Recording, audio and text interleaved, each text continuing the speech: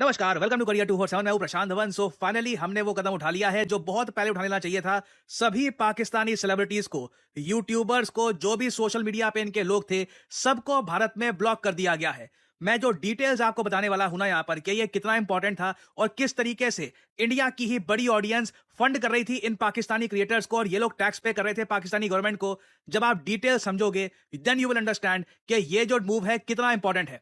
Now यहां पर आप देख पाओगे, चाहे पाकिस्तान का प्रधानमंत्री हो, इनके न्यूज आउटलेट हो, आतिफ असलम हो, इनकी कोई एक्ट्रेस हो, जो इनके क्रिकेटर हैं मोहम्मद रिजवान, बाबर आजम रिटायर्ड क्रिकेटर, शाहिद अफरीदी, शोएब अख्तर, सबके सोशल मीडिया हैंडल्स भारत में बैन हो चुके हैं। यूट्यूब गया, जो ट्विटर पे इनका अकाउंट था ये गया, इंस्टाग्राम भी जा चुका है। और शाहिद अफरीदी का मैं कहूंगा, मुझे पता नहीं कि हमारे मिनिस्टर्स इसके साथ क्यों बैठा करते थे, इसको हम अपने जो न्यूज शोज हैं क्यों इन्वाइट करते थे यहाँ पर, जबकि ये प्रूवन आदमी है, रेडिकल सोच वाला आदमी है। शाहिद अफरीदी ने रिसेंटली ये तक कह दिया था कि जो कश्मीर में हुआ है, पहलगाम में हुआ है, भारत ने खुद के लोगों को मार दिया। ऐसी स्टेटमेंट इसने दी है। शिखर धवन को एक प्रॉपर रिप्लाई देना पड़ा शाहिद अफरीदी को कि कारगिल में भी हराया था, ऑलरेडी इतना गिरे हुए हो और कितना गिरोगे। लिटरली हमारे फॉरनर क्रिकेटर्स को ना, पाकिस्तानी क्रिकेटर्स को इस तरीके से जवाब देना पड़ा और I think it was about time. नहीं तो अब तो खैर 2025 में हम एक्शन ले रहे हैं ना। मैं शाहिद अफरीदी को 2018 से देख रहा हूं।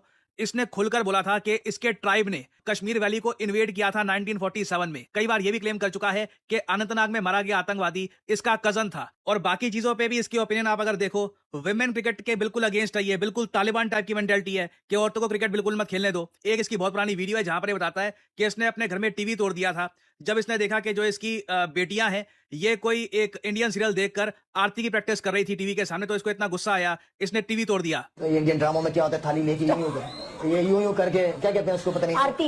हाँ, पता नहीं क्या, वो यूं यूं कर रही टीवी के सामने खड़े हो गए। तो मैंने यूं करके देखा तो मैं पता नहीं क्या हुआ कि मैंने यूं करके दीवार के अंदर ही टीवी कर दिया।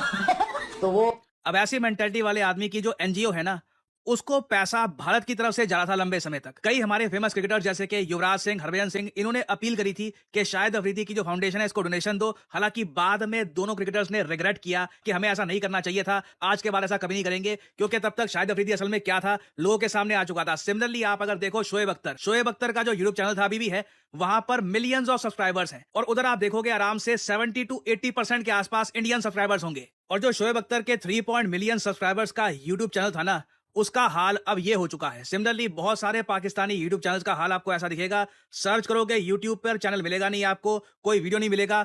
इंडियन इंटरनेट स्पेस से इनको गायब कर दिया गया है। अब आप एक बार को सोच कर देखना, आप एक बार को कह सकते हैं मगर ये क्यों किया गया, इससे क्या फर्क पड़ता है। एक साइजेबल इंडियन पॉपुलेशन अख्तर की वीडियो देखती है, अख्तर उससे मिलियन 2 मिलियन व्यूज कमाता है, ऑब्वियसली यूट्यूब उसको पैसा देगा उसके हिसाब से।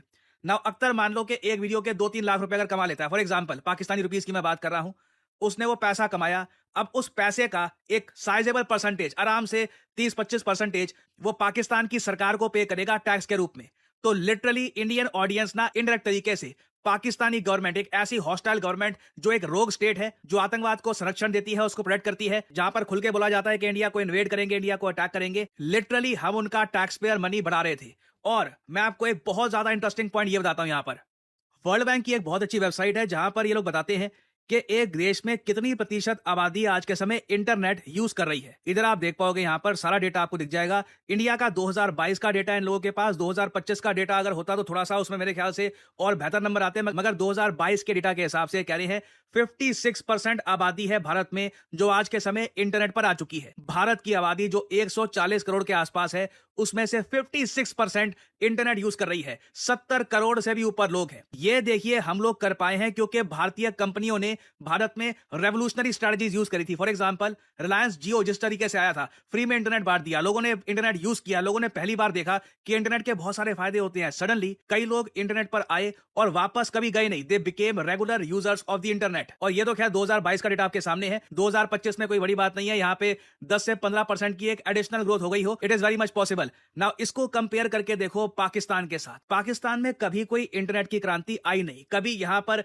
कोई रिलायंस जियो जैसी कंपनी नहीं आई। इसलिए पाकिस्तान, जिसकी आबादी वैसे ही 22-23 करोड़ के आसपास है, यहां पर सिर्फ 27% आबादी इंटरनेट यूज करती है। और यह भी मैं आपको बता दूं, इस 27% का ना 80 to 90% पाकिस्तान के पंजाब प्रोविंस के लोग होंगे, बाकी बलूचिस्तान के बहुत कम होंगे, जो केपी के बाकी जो इनके रीजन्स हैं, बाकी जो प्रोविंसेस हैं, वहां पर बहुत कम लोग होंगे। अब आप सोच कर देखो, पाकिस्तान फेल कर गया अपने लोगों को इंटरनेट प्रोवाइड करने में, मगर इनको अपनी क्रिएटर इकोनॉमी भी चलानी थी। ये जो सारे इनके आज के समय सेलिब्रिटीज हैं, अब क्रिकेटर ठीक है, क्रिकेट खेलता है, मगर फिर वो एक बार को क्रिएटर ही बन जाता है ना सोशल मीडिया पर, वो चीजें प्रमोट करता है, उसके सोशल मीडिया हैंडल्स होते हैं, ही becomes an internet figure. Similarly कई एक्ट्रेसेस हैं, कई पॉडकास्टर्स हैं पाकिस्तान के, इंडियंस उनको देख रहे हैं, उनको फॉलो कर रहे हैं, पाकिस्तानीज कम फॉलो कर रहे हैं क्योंकि पाकिस्तानीज उस नंबर पे है ही नहीं। 27% आप मान लीजिए, एक चौथाई। तो हम यहाँ पे कह रहे हैं 24 करोड़ का एक चौथाई, जो 10 करोड़ भी नहीं है ना, 10 करोड़ पाकिस्तानी भी आज के समय इंटरनेट पर नहीं है। कंपैरिजन के 70 से लेकर 80 करोड़ भारतीय इंटरनेट पर हैं। इंडियंस लिटरली करोड़ों कमवा कर दे रहे थे पाकिस्तानियों को। और सबसे सैड बात ये थी, इनमें कई पाकिस्तानी शाहिद अफरीदी जैसे थे, शोएब अख्तर जैसे थे। शोएब अख्तर जैसा आदमी जो काफी बार गजवाए हिंद की बातें कर चुका है, काफी रेडिकल विचारधारा शेयर कर चुका है। हम लोग ऑलमोस्ट ये बातें ना इग्नोर कर देते थे कि ये तो उसने बोला ही नहीं है। और फाइनली अब भारत सरकार को बड़ा स्टेप लेना पड़ा, वो भी तब जब इनके अब आतंकवादी लिटरली भारत में आकर लोगों को गोलियां मार रहे हैं, टूरिस्ट को अटैक कर रहे हैं। Then we finally had to take a big step. मेरे ख्याल से ये स्टेप हम काफी पहले ले सकते थे। बहुत सारा पैसा जो ये भारत की डिजिटल इकोनॉमी से कमा चुके हैं ऑलरेडी, जो इनके फॉलोअर थे वो तो बन गए ना। अख्तर ने जो 4 मिलियन के आसपास जो सब्सक्राइबर गेन करने थे वो करके बैठा हुआ है वहां पर। अब हालांकि उसको व्यूज नहीं मिलेंगे उतने, क्योंकि व्यूज आप देखोगे अख्तर के बहुत कम आया करेंगे, ना के बराबर। क्योंकि पहली बात तो पाकिस्तान में इंटरनेट पेनिट्रेशन बहुत कम है, उसके अलावा इंटरनेट यहां पर महंगा भी है, लोगों की कमाई भी कम है, तो लोग इंटरनेट पर आते भी कम है। मैं आपको बता दूं, कई जो इनके फेमस जो भी पाकिस्तान के सेलिब्रिटीज हैं, सडनली इनको पता लग जाएगा कि इनकी असली वैल्यू क्या है। इतने कम लाइक्स आएंगे, इतने कम व्यूज आएंगे, सडनली दे विल रियलाइज कि हम कुछ थे ही नहीं, इंडियंस ही थे जो हमारी आप कह लो क्रिएटर इकोनॉमी को चलाकर आगे बढ़ा रहे थे। और अगर यहाँ पे आपका सवाल ये है कि अब आगे क्या होगा, क्या ये जो पाकिस्तानी यूट्यूबर्स हैं ये अब जो मैसिव लॉसेस फेस करने वाले हैं, 80% रेवेन्यू कम, 90% रेवेन्यू कम, इसके बाद क्या होगा?